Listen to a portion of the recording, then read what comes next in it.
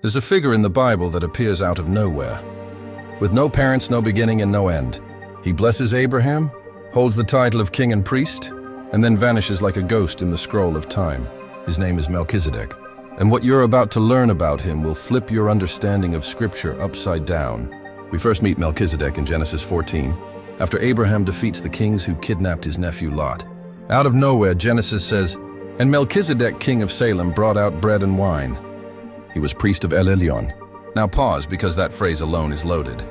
El Elyon means God Most High, and it's a name used for the supreme creator, not a tribal deity, not a local god, the God above all gods.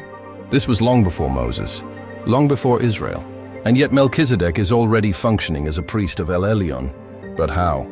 Israel didn't even exist yet.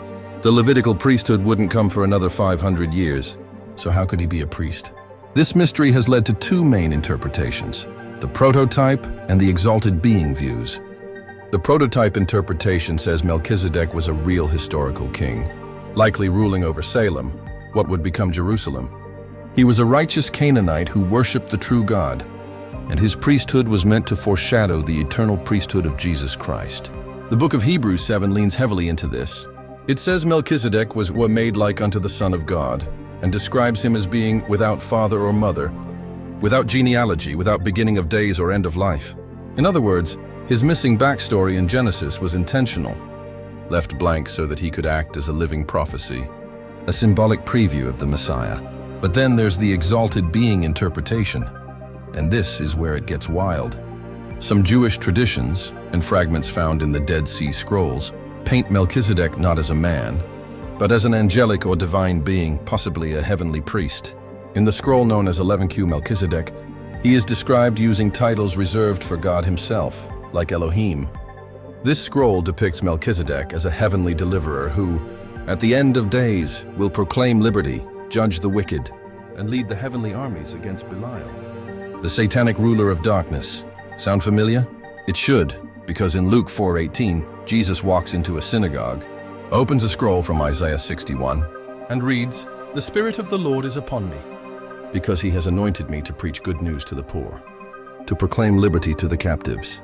That's the exact passage the Dead Sea Scrolls connect to Melchizedek's future role. Jesus doesn't just quote it. He says, "Today this scripture is fulfilled in your hearing."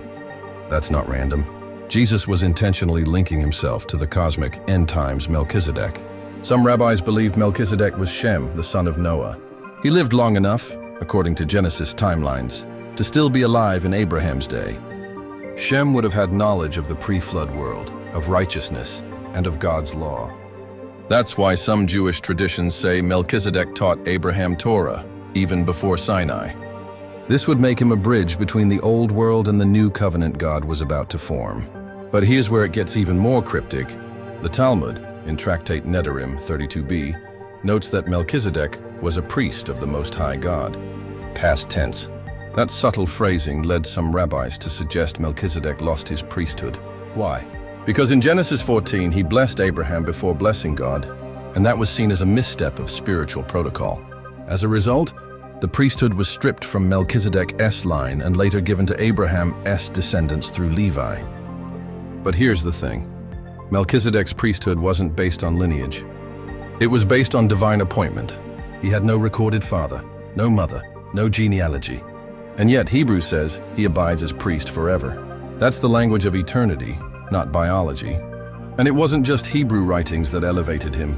In Egyptian texts, there are parallels to priest kings who serve as mediators between heaven and earth, especially in documents like the Coptic Melchizedekian apocalypses, where Melchizedek is depicted as a redeemer figure, battling dark powers and judging the wicked in the final days. The Dead Sea Scrolls go even further. Melchizedek in 11Q13 is portrayed as the one who brings the Jubilee of God, the year of release and freedom. He leads the heavenly war, defeats Belial, and announces atonement for the sons of light. This isn't just poetic. It is apocalyptic prophecy, straight from the same desert caves that preserved the oldest copies of the Hebrew Bible. So who was he? A human king?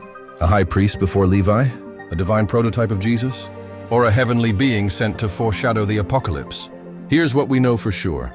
Melchizedek was king of righteousness, king of peace, and priest of God Most High. with cosmic characteristics no other biblical figure carries: no parents, no genealogy, and no death.